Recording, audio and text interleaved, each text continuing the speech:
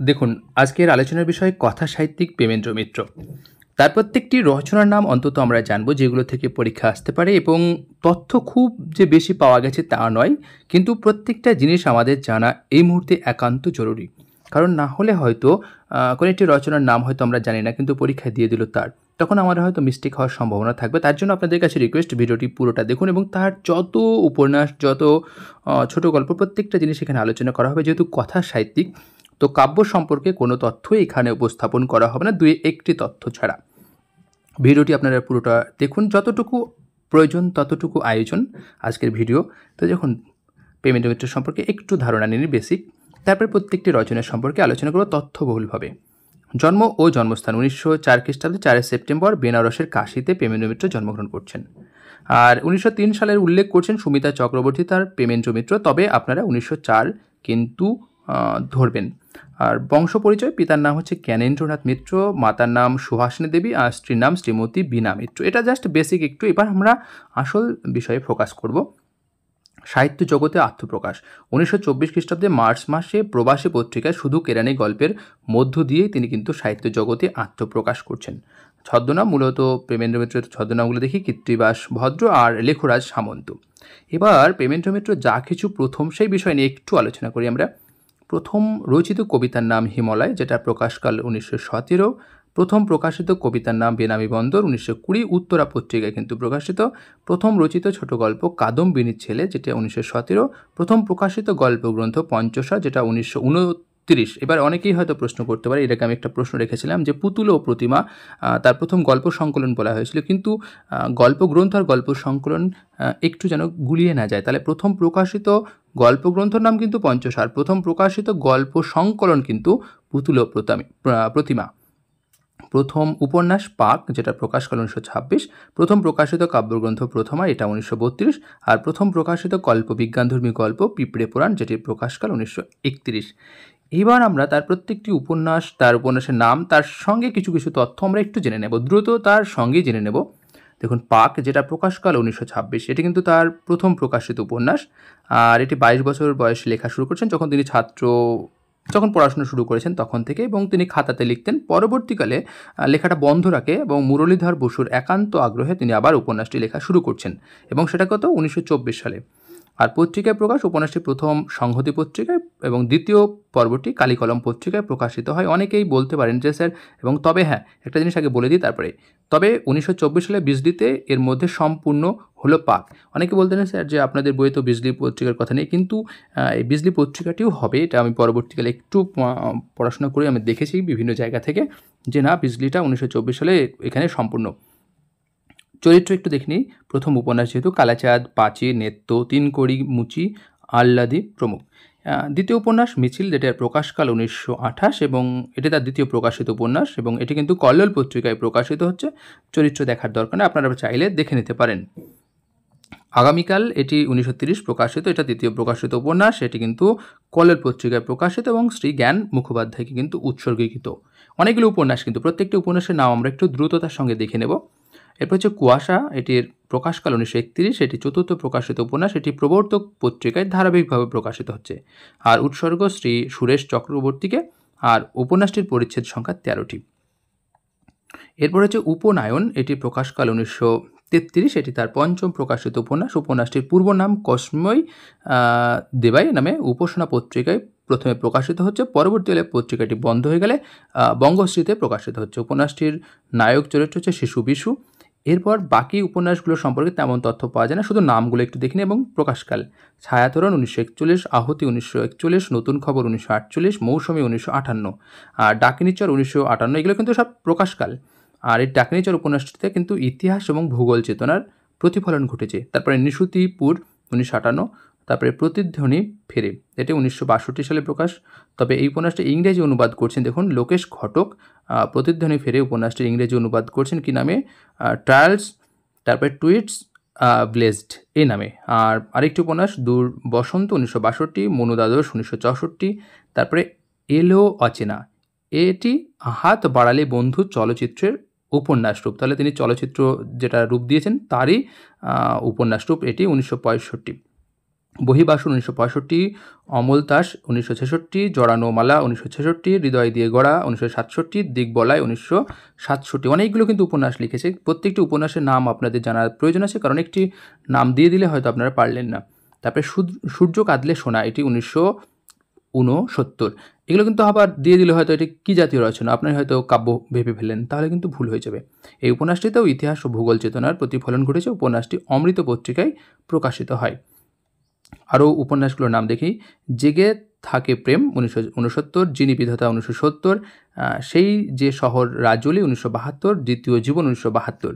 এরপরে কিছু যৌথভাবে লিখেছেন উপন্যাস, একটু দেখে নিই। বাঁকা লেখা 1921 সালে প্রকাশিত, এবং উপন্যাসটি অচিন্ত্য কুমার সেনগুপ্তের সঙ্গে যুগ্মভাবে রচনা করে। এগুলো কিন্তু একটু দেখবেন যুগ্ম রচনাগুলো। বিসর্পিল, এটি 1934।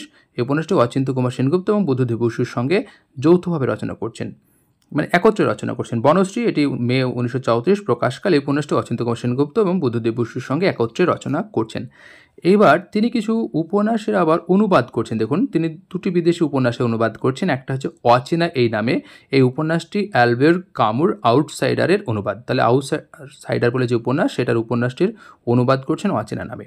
আর গড বাই মিস্টার চিপস, এটি জেমস হিল্টনের উপন্যাসের তিনি অনুবাদ করছেন এবং একই নামে।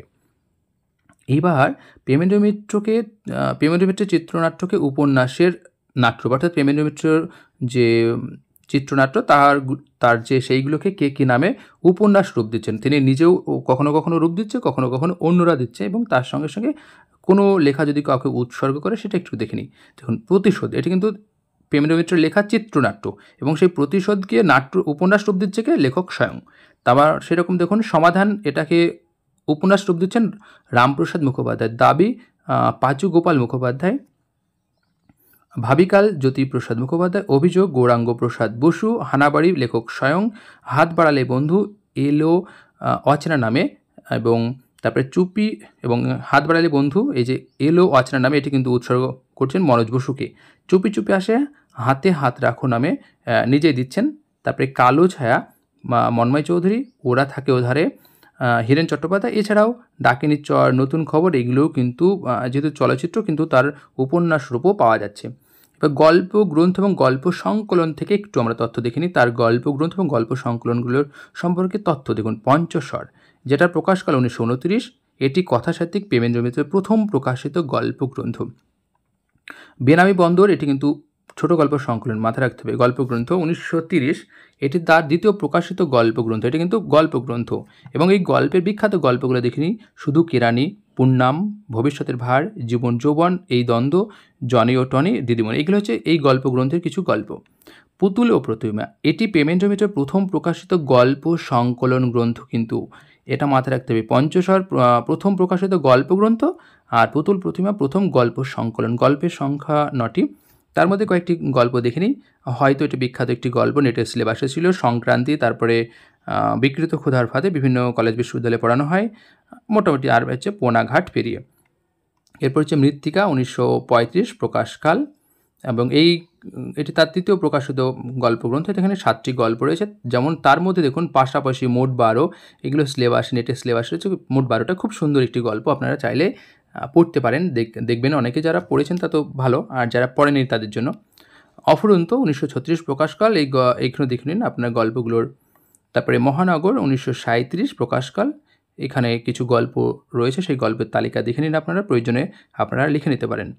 ধূলি ধূসর, এটা প্রকাশকাল 1938, এটি কথাসাহিত্যিক প্রেমেন্দ্র মিত্রের দ্বিতীয় প্রকাশিত গল্প সংকলন, কিন্তু এটি গল্প সংখ্যা হচ্ছে 15টি, এবং এই গল্প সংকলনের একটি রাত্রি, এটি কিন্তু এই গল্প সংকলনের প্রথম গল্প। আর শৃঙ্খল, এটি হচ্ছে এই গল্প সংকলনের শেষতম গল্প। বাকি এর মধ্যে অনেকগুলো গল্প রয়েছে, আপনারা একটু চাইলে দেখে নিতে পারেন। আর এই ধূলিধূসর গল্প সংকলনটি উৎসর্গ করছেন শচীন্দ্রনাথ সেনগুপ্তকে। এরপর হচ্ছে নিশীথ নগরী, এটি হচ্ছে প্রেমেন্দ্র মিত্রের তৃতীয় প্রকাশিত গল্প সংকলন, এবং এই গল্প সংকলনে অনেকগুলো গল্প রয়েছে, আপনারা নামগুলো একটু দেখে নিন। তারপরে কুড়িয়ে ছড়িয়ে, এটার 1946 প্রকাশকাল, এটিও একটি গল্প সংকলন। গল্পগুলোর নাম আপনারা একটু চাইলে দেখে নিতে পারেন, নাহলে ভিডিওটি অনেকটা বড় হবে এগুলো পড়লে। তারপরে প্রজাপতি পক্ষপাত 1936, এটি গল্পগ্রন্থ। তারপরে সামনে চড়াই, এটি হচ্ছে গল্পগ্রন্থ, তার মধ্যে কিছু গল্প রয়েছে, এবং এটি প্রকাশকাল 1947। কালবৈশাখী বলে একটি গল্প রয়েছে। প্রেমেন্দ্র মিত্রের শ্রেষ্ঠ গল্প, এটা 1952 সালে, এটি গল্প সংকলন। এখানে কিছু কিছু গল্প রয়েছে, আপনারা চাইলে দেখতে পারেন। সপ্তপদী 1955 সালে প্রকাশকাল। এটি গল্পগ্রন্থ এবং গল্পে অনেকগুলো গল্প রয়েছে, যেমন রবিনসন ক্রুশো মেয়ে ছিলেন, জিজ্ঞাসা করা আছে এখানে। তারপর ভিজা বারুদ পাহাড়, এগুলো। তারপরে জল পায়রা 1958, এটি হচ্ছে গল্প গ্রন্থ। 9টি গল্প রয়েছে, তার মধ্যে জল পায়রা হচ্ছে এই গল্পগ্রন্থের প্রথম গল্প, আর পটভূমিকা এটি হচ্ছে এই গল্পের শেষ গল্প। তারপর প্রেমী ধন্বন্তরী, এটি হচ্ছে গল্প সংকলন 1959।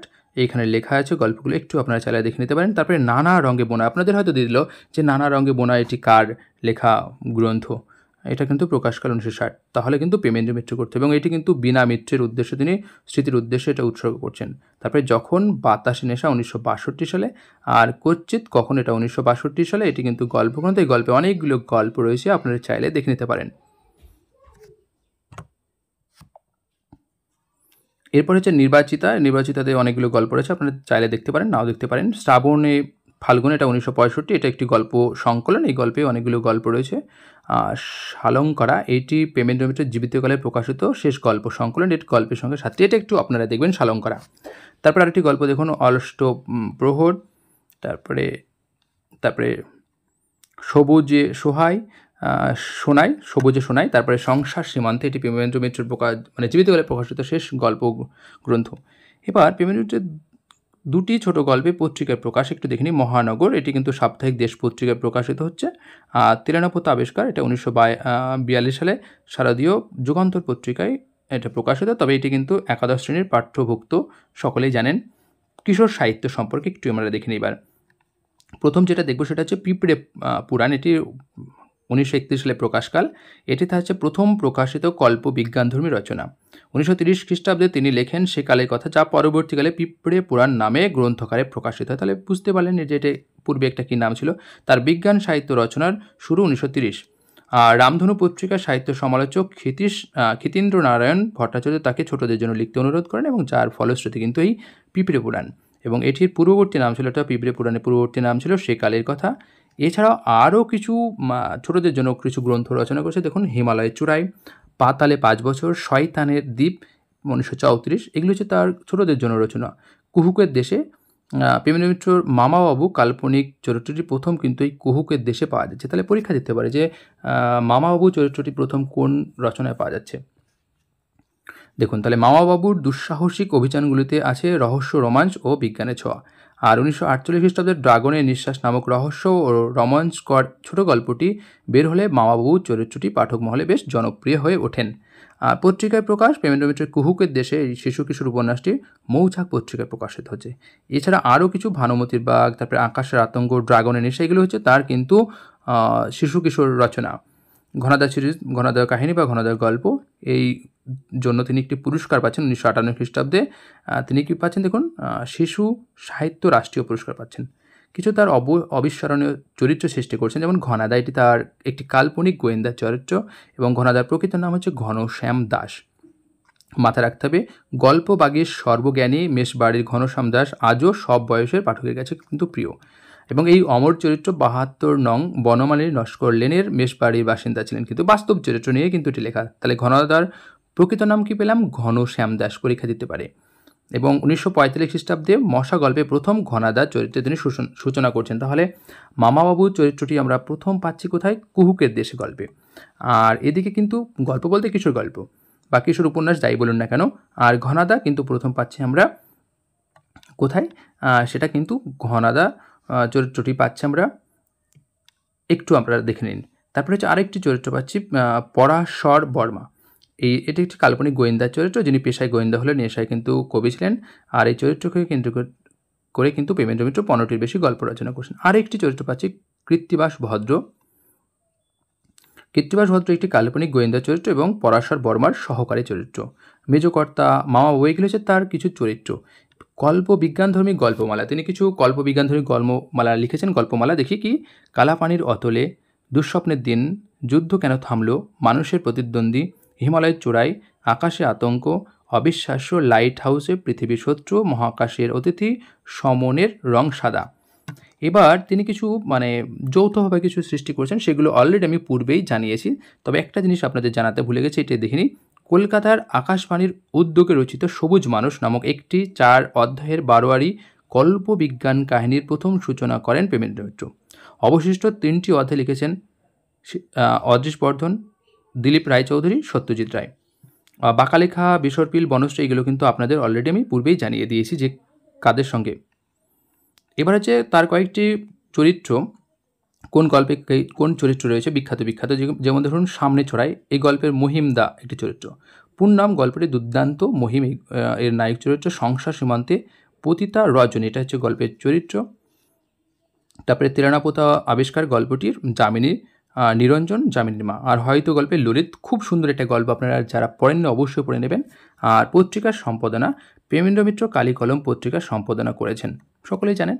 আর একটি তার বিখ্যাত উক্তি দেখুন, যে আমি কবি যত কামারের আর কাছারির আর চোদরের মুটে মুজুরের, আমি কবি যত ইতরের। এটি তার প্রথম প্রকাশিত কাব্যগ্রন্থ প্রথমার অন্তর্গত একটি কিন্তু কবিতা। আর প্রেমেন্দ্র মিত্র সম্পর্কে তার প্রথম প্রকাশিত গল্প সংক্রান্তি, এটি কিন্তু। আর 1932 সালে রোমান্স পত্রিকায় পরাশর বর্মণের প্রথম আবির্ভাব।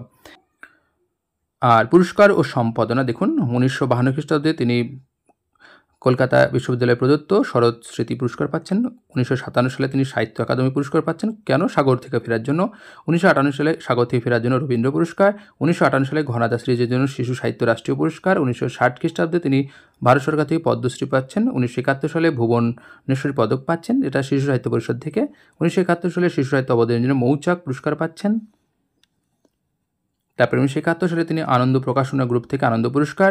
1976 সালে সোভিয়েট দেশ নেহরু পুরস্কার। 1980 খ্রিস্টাব্দে হরনাথ ঘোষ পুরস্কার পদক পাচ্ছেন। 1981 সালে শরৎ পুরস্কার। 1981 সালে ডিলিট পাচ্ছেন বর্ধমান বিশ্ববিদ্যালয় থেকে। 1982 সালে পাচ্ছেন জগত্তারিণী পদক। আর 1984 খ্রিস্টাব্দে জীবনের শেষ বছরটিতে তিনি বীরভূম জেলার বোলপুরের শান্তিনিকেতনে বিশ্বভারতী বিশ্ববিদ্যালয়ের সর্বোচ্চ সাহিত্য পুরস্কার দেশিকোত্তম পাচ্ছেন। এবার মৃত্যুটা দেখেন একটু, পশ্চিমবঙ্গের কলকাতার পাকস্থলীর দেখুন ক্যান্সারের কারণে অসুস্থ হয়ে 1988 খ্রিস্টাব্দে 23 মে প্রেমেন্দ্র মিত্র শেষ নিঃশ্বাস ত্যাগ করেন। তো যাক, মোটামুটি এই ছিল আলোচনা, এবং প্রত্যেক এই ভিডিওটি বানাতে অনেকগুলো বইয়ের আমাদের সাহায্য নিতে হয়েছে। জাস্ট একটু এখানে দেখানো হলো। আপনারা জানি না আপনাদের এই ভিডিওটি আপনাদের কেমন লাগলো। ভিডিওটি আপনাদের যদি ভালো লেগে থাকে অবশ্যই কমেন্ট করুন, বা অনেক নতুন কিছু জানতে বলে সেটাও অন্তত জানান, আর অন্যদের মাঝে একটু শেয়ার করার চেষ্টা করুন। তো যাই হোক, আজকের আলোচনা এখানেই মোটামুটি শেষ করছি।